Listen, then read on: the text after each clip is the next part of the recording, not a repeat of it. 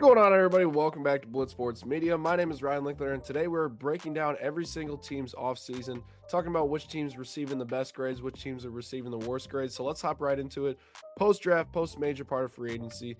Let's hop right into this list, and we are going to start with the Arizona Cardinals over here. Now, the Cardinals definitely had a very solid offseason. I'm going to put them in the B tier range here. The Cardinals went through, and we are going to see them address a lot of their problems here. They went through and added a lot of defenders here. We got Josh Sweat, who was signed to a 4-year, $76 million contract. Dalvin Tomlinson's a very good run defender as well. And then some other pieces mixed in there as well.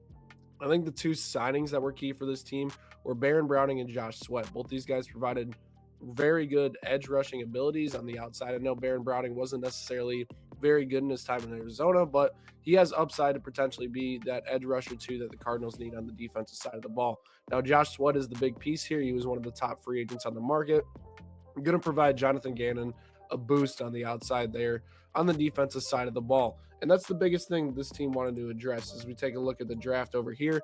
During the draft, they went out and got Walter Nolan, one of the best defensive tackles in this draft class, an absolute monster in terms of pass rush, run stuff ability. Going to provide them an interior force on a strong defensive line, it seems like. Then you go get an absolute value with Will Johnson in the second round. It really feels like this team walked away with a steal with Johnson in that second round. So I think in terms of rebuilding and adding more talent to the defense, you already have Budda Baker there, and you add some of these younger talented pieces along with Josh Sweat. It's a pretty intriguing defense for me, and it's really on Kyler Murray heading into the 2025 season as to how far this Arizona Cardinals team can go at this point. The talent is there for them to be successful. We'll see if it happens, but I like what the Cardinals did. I'm giving them a solid B here. Heading into the team below them, the Atlanta Falcons. Now, with the Falcons, it's interesting because we know they needed edge help. We know that they had to address it, and they went through and just said in the first round, you know what, we're going to go get both those guys right away.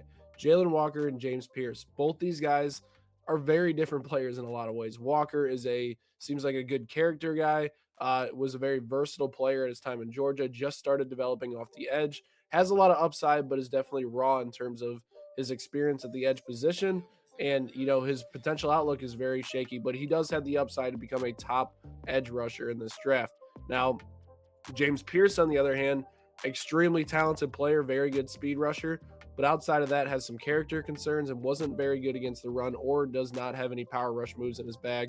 So they go ahead and try to establish the pass rush moves, which I like is something they had to do. So that move definitely deserves a little bit of respect. I do love getting Xavier Watts at safety. I think it's a good replacement to add a little bit of youth to that secondary. In the back end, I think Watts is a very over-the-top type player, can be very good for them as well there.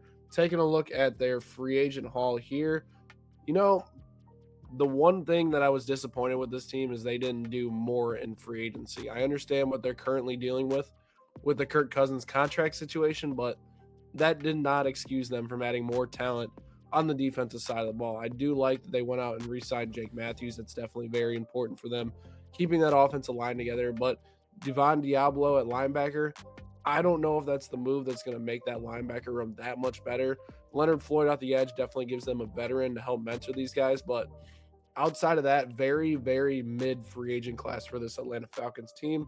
So in terms of our tier list here, I think I'm going to go with the Falcons a solid C. Now, like I said, they got the edge rushers, but outside of getting younger at edge, the Falcons defense still has a ton of needs, and they lost some players in free agency like Grady Jarrett that definitely could impact this team longer term. So I'm giving the Falcons a solid C based on this free agent class. So let's head right back into here, and let's talk about our next team, the Baltimore Ravens. That truly seems like they walked away with a ton of draft class picks here. They had probably the most 6th-round picks in this draft, but they got some really talented players. Malachi Starks, my 11th ranked player in the draft, falls to them at pick 27.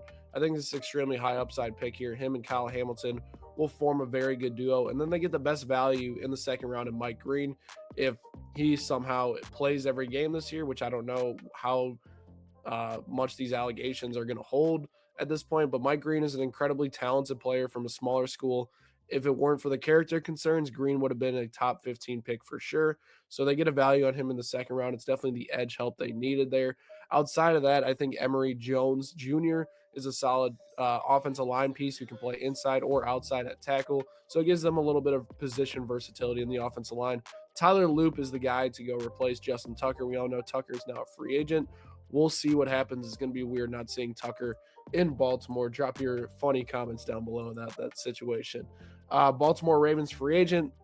Nothing special here. Now, the big one is Ronnie Stanley heading back to the Baltimore Ravens. We know that Stanley definitely had a big market to go, lure him from Baltimore, but it didn't happen. 20 million per year. He definitely has his injury concerns, but they needed to keep their left tackle. Outside of that, though, nothing really inspiring. DeAndre Hopkins, not necessarily the same player. Once again, the Baltimore Ravens don't get another big time receiver to go along for Lamar Jackson. Overall, heading back into our tier list here, I'm going to have the Baltimore Ravens sitting at a solid. I'm going to go C for them. My grading scale is a little bit harder than most. I think the Baltimore Ravens got a ton of value in terms of Mike Green and Malachi Starks in the draft, but outside of that, it was a very mid free agent class.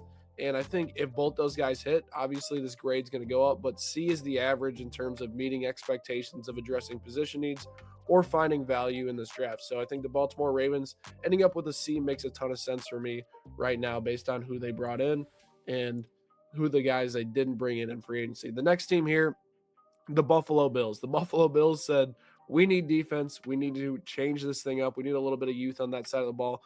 Maxwell Harrison Jr.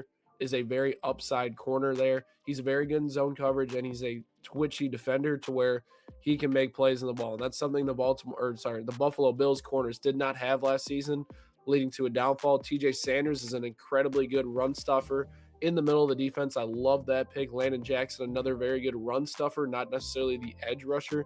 Deion Walker, a guy with a ton of upside there. Jackson Hawes, a tight end I really like as well. It was a very solid draft class considering the Bills picked in the back half of a majority of these rounds and were able to come through with some really good players. Sanders, I think, is a monster pick. Ed Oliver's biggest problem is he can't stop the run. Now you can use Ed Oliver as a pass rusher, and then you get TJ Sanders on early down. So definitely a very good value for them there. Looking at their free agent class here, the Buffalo Bills, definitely it was okay. I don't want to say anything more than that. It was just okay. Josh Palmer, 3 years, $36 million. Don't necessarily love that, considering the fact that they love to do a committee in Buffalo. I think a rookie wide receiver, potentially earlier in the draft, would have made sense there. I do like Joey Bosa, 1 year, $12.6 million, but you could have kept Von Miller or re-signed him for that price, and they still could. So definitely an option there. Outside of that, though, the Bills didn't have much wiggle room to go add a bunch of guys. I think considering the fact that where they are financially, I'm going to give them a B. And, why they're higher than the Ravens, I think they truly did have a better draft than the Baltimore Ravens did and addressed more of their needs. I think if Buffalo can go through and potentially add one more like Von Miller in free agency off the edge, this team is going to be looking very good. And in terms of the draft, they got the positions they need. They filled the holes on defense.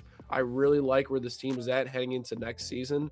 And I think the Buffalo Bills are once again in a great spot to come out of the AFC. So heading into our next team here, we have the Carolina Panthers. Now, this draft was very controversial, but I think they did great. You add 2 edge rushers that I really liked in this draft process, and Nick Scorton and Princely, not even going to pronounce his last name, but both of them were incredibly productive in college. And then you added another guy like Tet McMillan. Tet McMillan is a very good player. Now, there are concerns with him, but he's a tall, lengthy receiver who can definitely provide something different for this Carolina Panthers team, who doesn't necessarily have a true wide receiver one yet for Bryce Young. And that is the goal this year. Is Bryce Young the long-term answer in Carolina? And basically what they said is, hey, we're going to go get him a top-end wide receiver talent, and we're going to say, hey, this is Bryce Young's chance to prove that he's our guy long-term.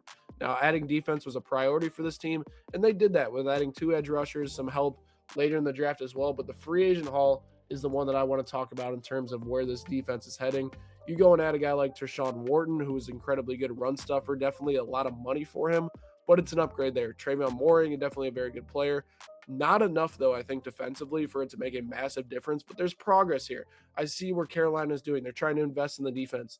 Unfortunately, they didn't do as great as the Patriots in terms of spending their money they had and getting talent right away. They were in the market, but ultimately didn't land them. So that definitely knocks the grade a little bit, but I think this is another team that deserves a solid C grade just based on the opportunity that they had in terms of going and adding more talent with the money they had and who they wound up getting. I don't hate it, but I think this team ultimately could have done better with the resources that they had this past offseason. Heading into our next team here, the Chicago Bears. The Bears are definitely a very intriguing one here. And this is going to be controversial because the Bears are offseason champs every single year. I think they crushed the draft.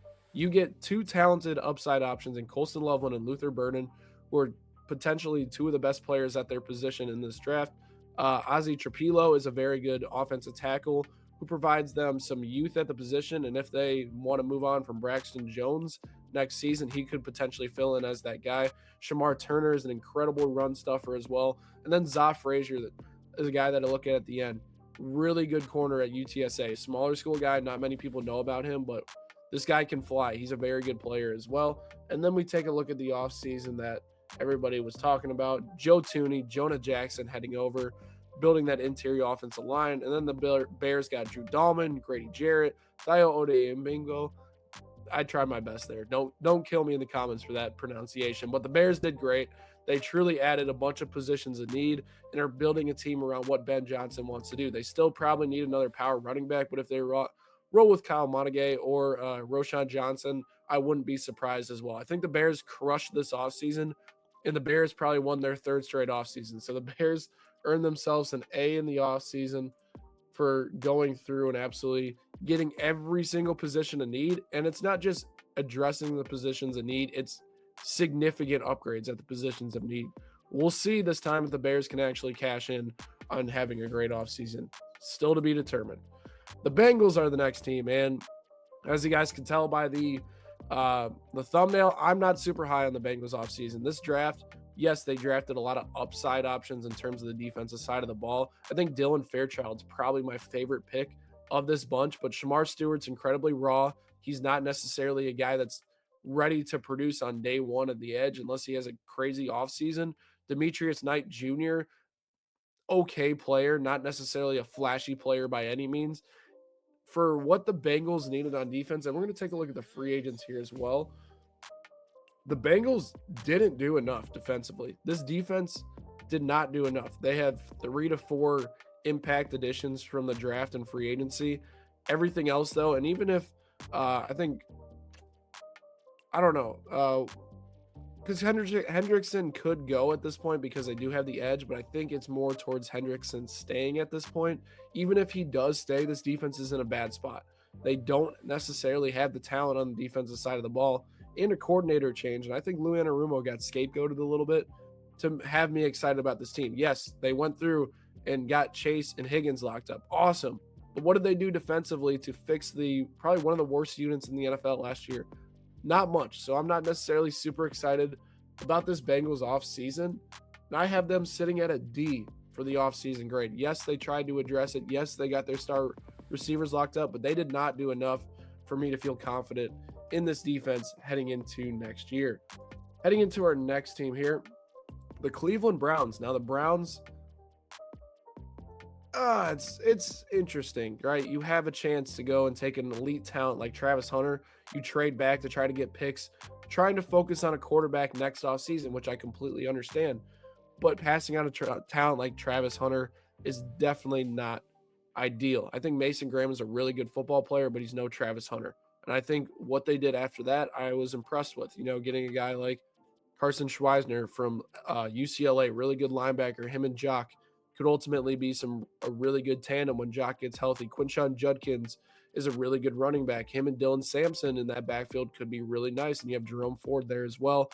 Never understood the Harold Fannin Jr. pick much with David Njoku locked in for a while. Then you get Dylan Gabriel and Shadur Sanders there. I think at that point, Shadur Sanders in round 5 is a value. He's talented, but obviously has some concerns out the field and in the film room. But finding him in the 5th round is an absolute steal. If you would have told me that heading into the draft, the Browns walk away with Mason Graham, Shadur Sanders, Carson Schweisner, Quinshon Judkins, I would have been like, you're crazy. And they wound up doing it. And that deserves a ton of credit. In general, in terms of their free agent class, it was awfully quiet. I loved the Devin Bush signing. I think he had a really good year. You got Tevin Jenkins to help add some depth on that interior offensive line. Kenny Pickett could be interesting. We'll see, though. Ultimately, I think the draft gives the Browns a really solid grade this offseason and sets them up very well for next year. So they get a solid B for the draft class. Heading into our next team here, the Dallas Cowboys. This is a very controversial one because I think Tyler Booker was one of the biggest reaches of the draft in the first round. But after that point, the Cowboys crushed this draft. They were able to add Jaden Blue in the 5th round. They got Siobhan Ravel in the 3rd round. And I absolutely love Donovan Ezeraku from Boston College, who can play every down on that defense. And then you look at the free agent class, though, and this is where I'm like, how do I buy into this team? They didn't add anybody special, and they lost a ton of talent as well. Jack Sanborn is probably their highest upside player. But outside of that, nothing is inspiring about that Cowboys free agent class. In terms of the grade I want to give them, they are a team that fits. They're borderline B, but they're C, just because the free agent class is so uninspiring. I think what they did in the draft was very good. They got Tyler Booker, interior offensive lineman they needed. In terms of the other positions, though, I don't know. I can't buy into this Cowboys team with the roster that they'd never addressed running back enough for me to feel confident. I like Jaden Blue, but he's still a 5th round pick, and Javonte Williams, Miles Sanders are not enough. And they didn't get a wide receiver too. That's still just CeeDee Lamb and no one else basically behind him. So for that reason, I have them at C, but I like the moves. I don't think they had a bad offseason by any means. And like I said, I'm a tough grader here. I think C meets expectations heading into next year. Sharing this tab now, the Denver Broncos here. Jahdae Barron was one of the biggest surprises of the first round. The Broncos wanted to go make an absolutely dominant corner room with Pat Surtain and Barron. I like Barron as a football player. I had him ranked higher than Will Johnson. It'll be interesting to see what happens. And then they got their guy, RJ Harvey, in the 2nd round, and then Pat Bryant in the 3rd round. They must have loved RJ Harvey to pass on Amarian Hampton since he was available at that point. I like Savion Jones as well. I think it shows the Broncos are confident in RJ Harvey's production in college, stuff like that. So I think Harvey is definitely in a good spot to succeed. I'm okay with Pat Bryant. Don't necessarily love his tape, but an overall solid football player. Heading into their free agent class, this is where I think the Broncos did a great job. Three players. They don't have Evan Ingram on here, or retained. I don't know why it says retained, but they added Evan Ingram at the tight end position after Jawan Johnson resigned with New Orleans. That was a great fit for them. Then you got Hufanga from San Francisco, and then Dre Greenlaw. I know Greenlaw suffered an injury, but prior to that, that was a great pickup for them. They're going to probably need another linebacker to slot in for Denver. But Greenlaw, Hufanga, Evan Ingram, that's a great free agent class right there. I don't love their draft, but I think it's an above average draft. So the Broncos are one of those teams that I feel like did a great job this offseason adding a ton of talent. I think the Broncos deserve a B grade. I think they deserve a B. Good free agent class, plus draft, positions of need. I think it definitely sets them up for another jump heading into 2025.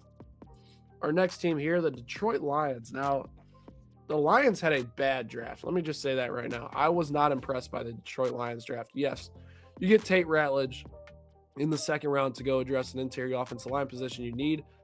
But Tate Ratledge was more of like a 3rd, 4th round grade. Tesla at wide receiver, I guess that was their guy. Don't love him as a prospect. I don't understand that pick in the 3rd round. They reached on him. They could have got him in 4.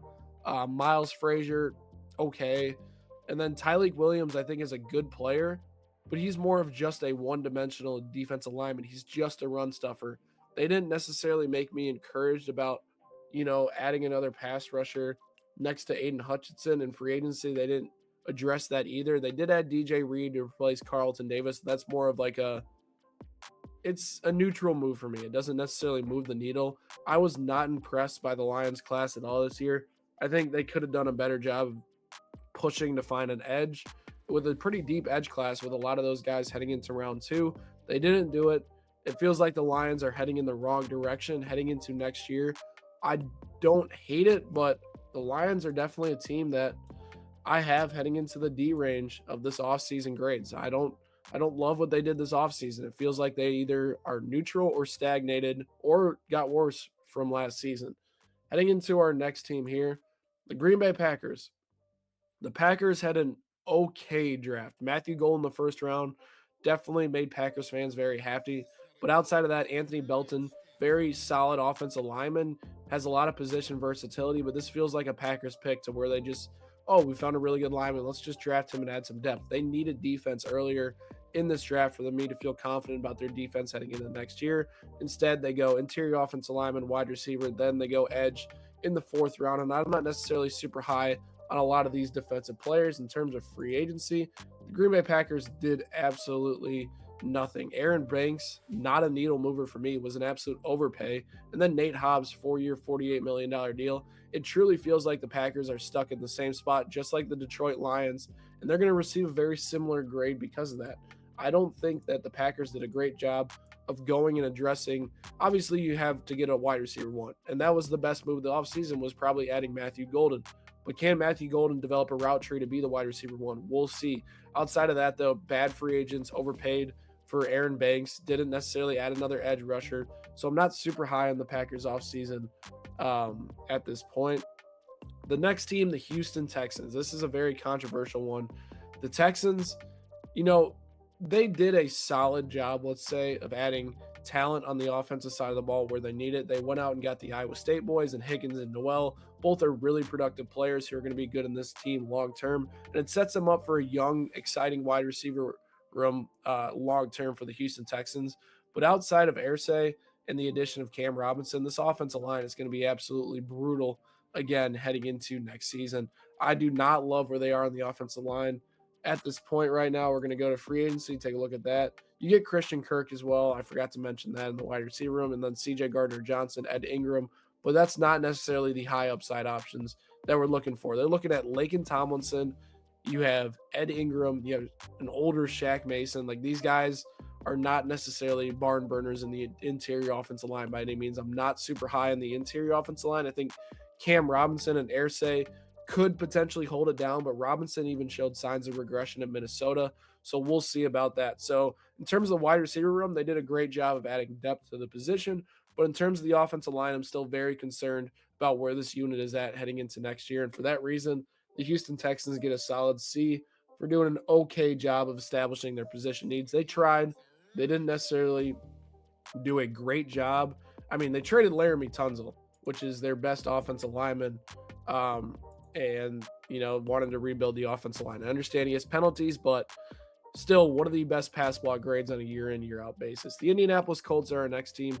Tyler Warren was the lock of the draft to the Colts, it felt like.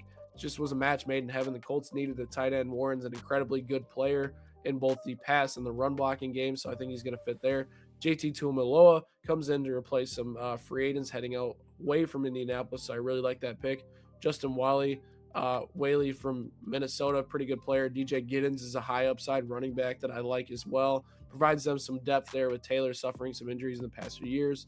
Some other solid draft picks as well for the Colts mixed in there. And then you go into the free agent class here for the Colts. I think the most interesting option for me is that they tried to address the secondary, which I absolutely love. The Colts needed some secondary help. Charvarius Ward, Cam Bynum, both really solid, productive players. We know Ward's a little bit on the older side. That might have been a little bit of an overpay, but they got their guy at corner. Bynum is an incredibly young, productive safety who can play a bunch of different positions. Very good player. And then you get Daniel Jones, who I know that Anthony Richardson has had his problems, and if he doesn't work out this year, this roster is definitely still close to the playoffs. So I think Daniel Jones gives them an option.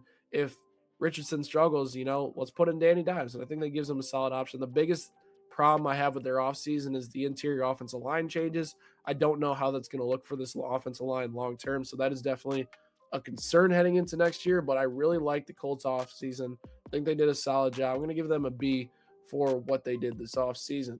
Heading into our next team, the Jacksonville Jaguars, they absolutely went out and got the guy they wanted all along in Travis Hunter. Hunter is heading back home to Jacksonville.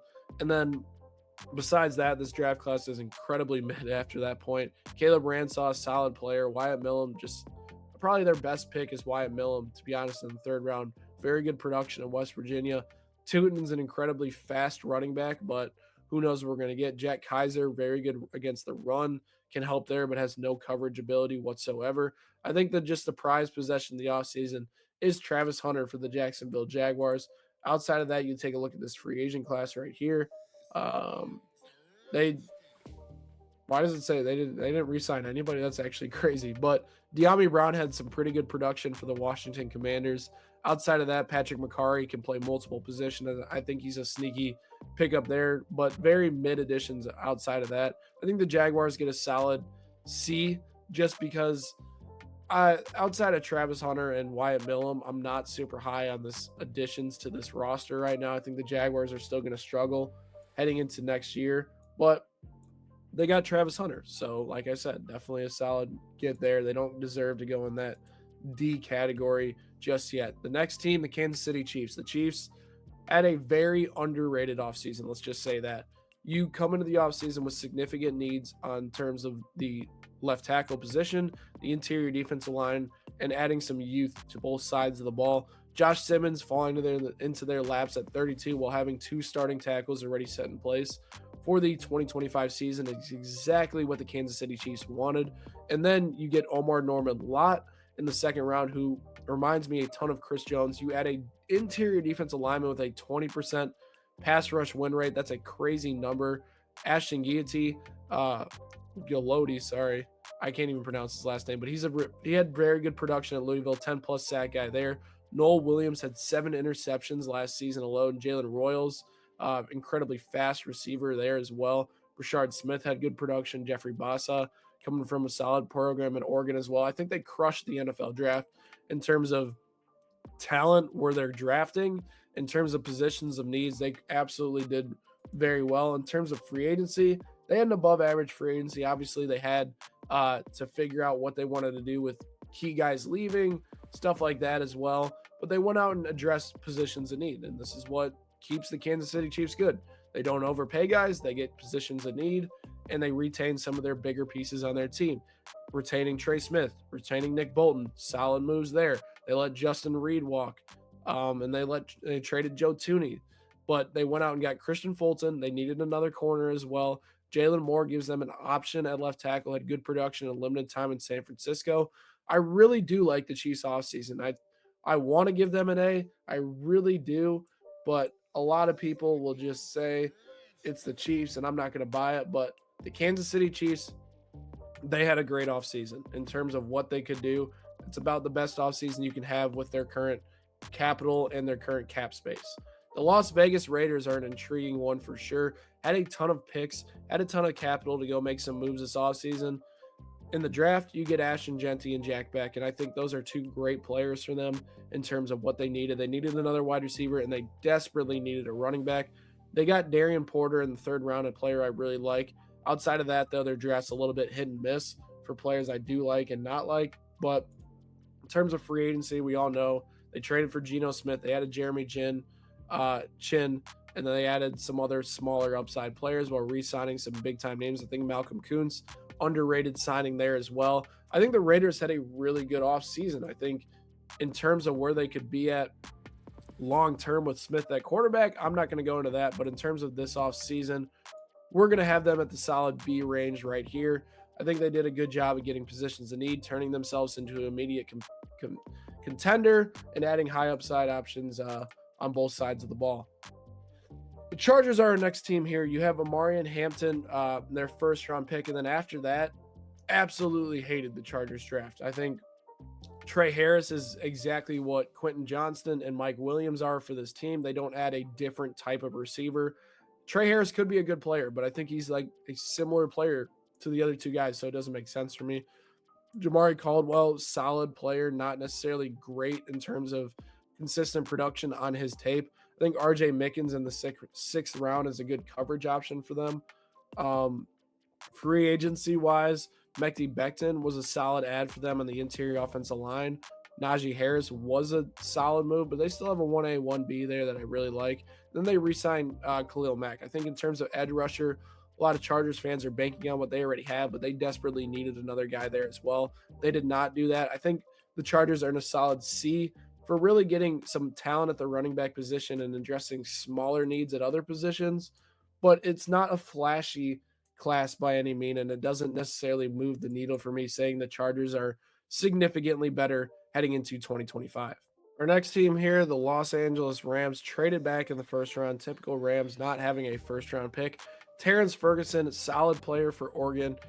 Gives them a long-term option at the tight end position. You go ahead, Josiah Stewart, another edge rusher from Michigan. Jarquez Hunter gives them another running back as well. I think Chris Paul's a sneaky pick for them in the 5th round. I had him as a 3rd round grade, so I think he's a very solid player they got in the 5th there in terms of free agency. We all know that they added Devontae Adams during that period, and then Matthew Stafford restructured his contract to stay in there. Puna Ford, definitely a very good option for them as well. They're adding in a little bit of interior. Smaller moves for the Rams, but I think they significantly upgraded this team. I'm still concerned about the linebacker position, but overall, the Rams had a very productive offseason. I'm going to give them a B for basically going through, adding another elite option and going all in on the Matthew Stafford era and what they have. They still do need players. We'll see what they wind up finishing out this team with, but I really do like what the Rams are heading into next year. The Miami Dolphins are in one of the trickier positions in the NFL in terms of what they've had to deal with over the last year, in terms of team drama, in terms of players retiring, players leaving, whatever it is. But I think the Miami Dolphins had a great draft. Kenneth Grant on the interior defensive line, very, very good player. Jonah, don't even remember his last name, but I absolutely loved his tape from Arizona. He was at tackle, didn't have the size to consistently produce, but him moving to that zone scheme the Miami Dolphins love, it's going to be an absolutely perfect fit for them. Jordan Phillips, another really good player. They decided to go corner with Jason Marshall Jr. from Florida. I think it's a decent pick. Don't necessarily love it, but they're going to need some cornerback help for sure this season. They can't address all of their needs with what they had in the draft, but they did a solid job trying to address positions of need that were more significant to this team than others.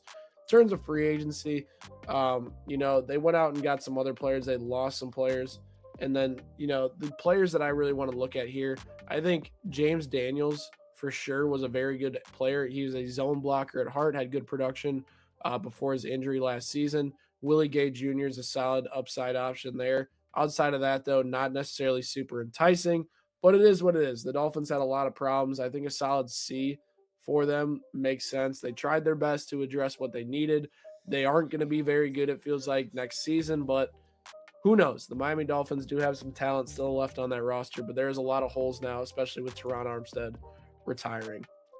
The Minnesota Vikings are our next team here. Donovan Jackson Jr., part of the interior offensive line rehaul for the Minnesota Vikings. Ty Felton in the 3rd round didn't make much sense to me, but go ahead and cook Vikings. Kobe King I like in the 6th round. Very small draft class here for the Minnesota Vikings in terms of free agency. They still need another cornerback, but they went out and spent a ton of money. Will Fries, 5 years, $88 million. That didn't make sense to me. That he wasn't that type of a contract for a player. Jonathan Allen, 3 years, $60 million. Javon Hargrave, 2 years, $30 million. Ryan Kelly, I like that signing. Isaiah Rodgers. Everybody's going to be surprised with me with this grade, but in terms of what the Vikings could have done with their cap space, I'm actually down on the Vikings offseason. They overspent on 2 interior defensive linemen who are one-dimensional pass rushers at this point in their careers who have not been productive in over 2 seasons. Biggest concern, number 1. They overpaid on Will Fries. They needed to address the interior offensive line, and I'm happy they did it, but they added 3 guys with premier capital in terms of over $100 million spent this offseason, and then a 1st-round draft capital pick. So I like what they did, but now they have a hole at cornerback. They have a hole at safety. They have bigger holes now that they opened up because they addressed different type of positions. They are trying to build, obviously, a wall around J.J. McCarthy, and I think that's a good thing. But the money they spent was not good in terms of what they could have done. So I might be down more than most, and I have the Vikings at a D this offseason. I know. I'm a little bit down on the Vikings, but I think it's more in terms of how they spent their money versus the players, versus addressing that interior offensive line. That was a concern for me. Another team that I think absolutely crushed the draft and the free agency, the New England Patriots. They had money. They spent it. They had draft picks. They used them well. Will Campbell, you get your tackle of the future. You get high upside offensive options in Travion Henderson, Kyle Williams.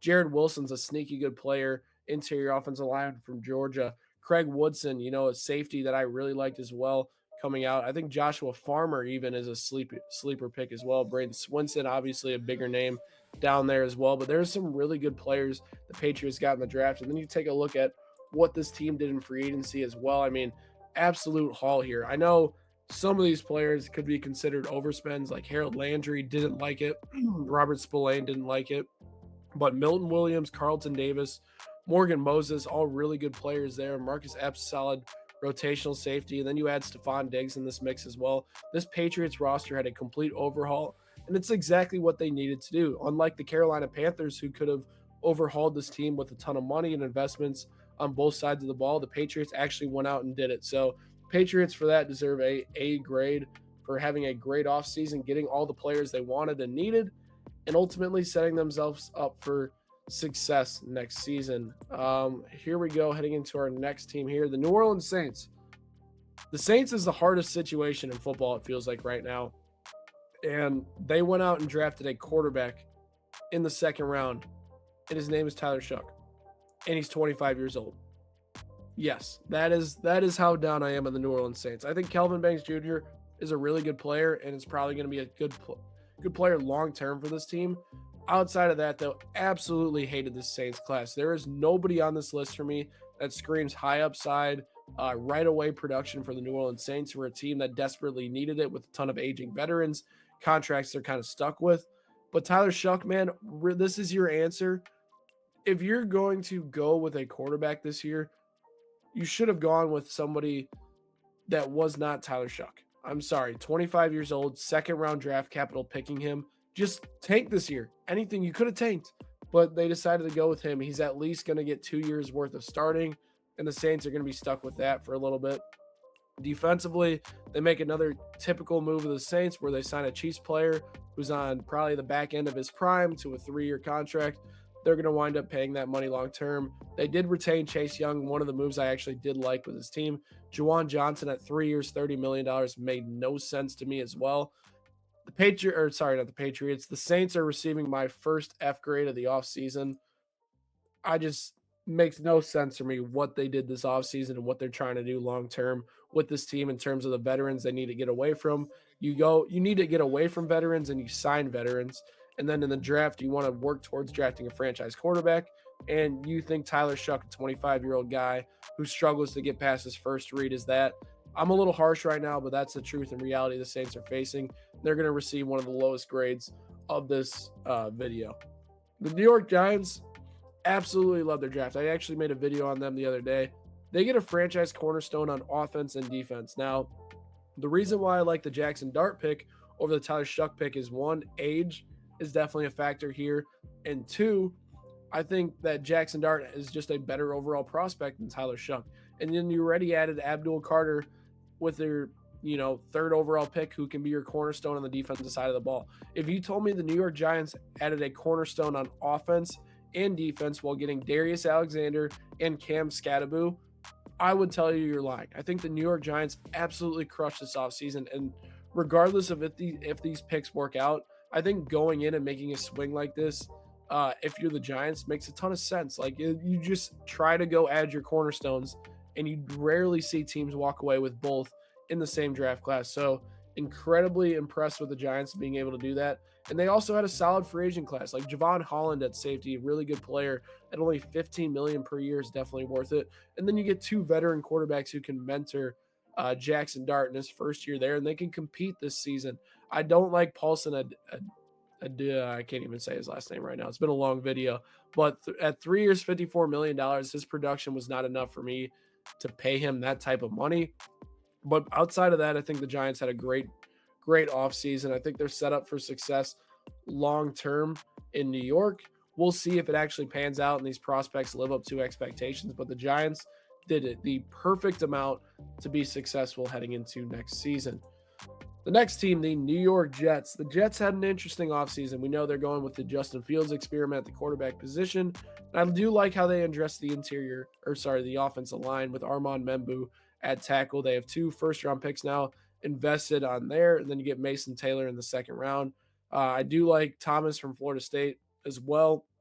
I think he's definitely good. Malachi Moore from Alabama, big name there. And then you go in terms of free agency, not a ton of moves here. Andre Sisco has solid production in his NFL career, but has been incredibly inconsistent. I think the Jets are at a little bit of a crossroads here in terms of if they want to retool or rebuild with the talent on this roster and some free agents coming up. So I'm going to give them a solid C. Did a decent job this offseason. Could have been better, could have been worse. I don't know. Just a mid-off season. Another team, the Philadelphia Eagles. I think the Eagles had some solid picks in this draft for sure. Jahad Campbell, definitely a very good value for them at the end of the first. Andrew Mukubaku from safety from Texas, definitely good production as well. I'm really struggling with names towards the end of this video, guys. This is what happens when you get 40 minutes in. But Ty Robinson, incredibly productive as well at Nebraska. They made some solid moves. Not one of my favorite Eagles draft classes in the past few years, and definitely feels a little bit underwhelming compared to, absolutely crushing every draft the last 10 years, it feels like. But I think the Eagles had a solid draft. In terms of free agency, I think getting Zach Bond retained was good. In terms of the other guys they added, not necessarily needle moves, but we all know that Philadelphia Eagles roster is absolutely stacked right now, so they don't necessarily need needle movers. I'm going to give them a solid B grade just for going through and being able to let free agents walk, able to address some positions of need during the draft with what they had, and not necessarily baking the brink on any bad free agents. So I think the Eagles deserve a solid B grade for that as well. Pittsburgh Steelers are our next team. They had a loud offseason, let's just say that, and they're probably not done. They're likely signing Aaron Rodgers. You get Derek Harmon in the first round, interior defensive lineman, gives them another player there. Get Caleb Johnson in round 3. Pick 4, you get Jack Sawyer. But the one position I'm not seeing here, guys, is tackle. And Pittsburgh Steelers fans want to argue that, oh, we don't need a tackle. Yes, you guys do desperately need a tackle that's going to be a consistent long-term option for you guys and a staple there at the position. They had a chance to draft Josh Simmons. They passed on him. I think that was the pick they probably should have taken at that point to go get a long-term option at tackle. But I do think they got solid production there in terms of the players they added. Derek Harmon's a pretty good football player there as well. They traded for DK Metcalf this offseason, giving them another wide receiver option outside of George Pickens, which is what they desperately needed. Darius Slay at cornerback, definitely a good move. Still can be productive despite being a little bit older. I like that move. I think the Steelers are a perfect B-grade team where they made significant offseason moves to address some of their issues, but definitely still have some holes on this team like the tackle position. Heading into our next team here, the San Francisco 49ers. A lot of people are down on the 49ers with the players they lost. I am actually up on this 49ers team. Now, the cornerback position is definitely going to be one of my biggest concerns, but Michael Williams at edge, Alfred Collins in the interior defensive line, Nick Martin, all three of these were positions of needs. And I said this team needed to go heavy defense, and they absolutely did it. I love this draft class. I think the 49ers crushed the draft in terms of what they needed. Free agency was pretty quiet for them. I do like Demarcus Robinson as another depth receiver piece. But I think outside of that, though, they lost a ton of guys in free agency, so that part wasn't necessarily great. But I think the 49ers deserve a B for rebuilding through the draft and not spending a ton of money in terms of banking the brink on free agents.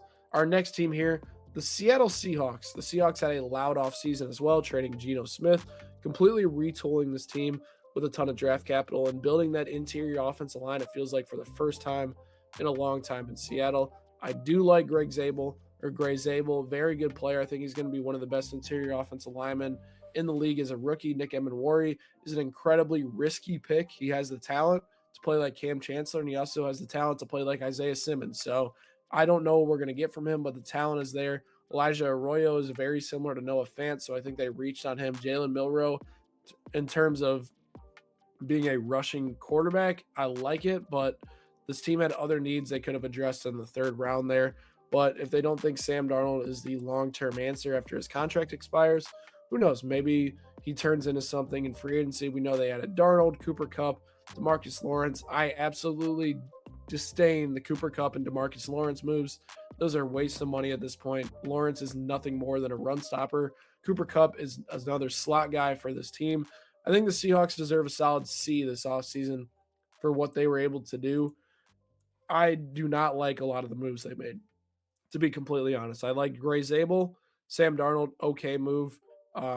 Trading away Geno, good move. DeMarcus Lawrence, Cooper Kupp, brutal moves. But overall, not necessarily the most exciting by any means. The Buccaneers here, when they picked Emeka Egbuka, I was incredibly surprised. I mean, at this point, they could have gone through, got more cornerback help. I know they got Benjamin Morrison in the second round there, and then Jacob Parrish in the third, but they could have gone corner, they could have gone defense, they could have gone something that they didn't need. This just tells me that Chris Godwin might not be healthy long term for this team to start the season, because we all know Jalen McMillan had a very good breakout season. In terms of free agency, they didn't do much there. They did re-sign Godwin, which I'm concerned about, so we'll see what happens long term with the Bucs. But this team truly feels like a perfect C candidate here in terms of what they've done this offseason. Right now, the next team here, the Tennessee Titans.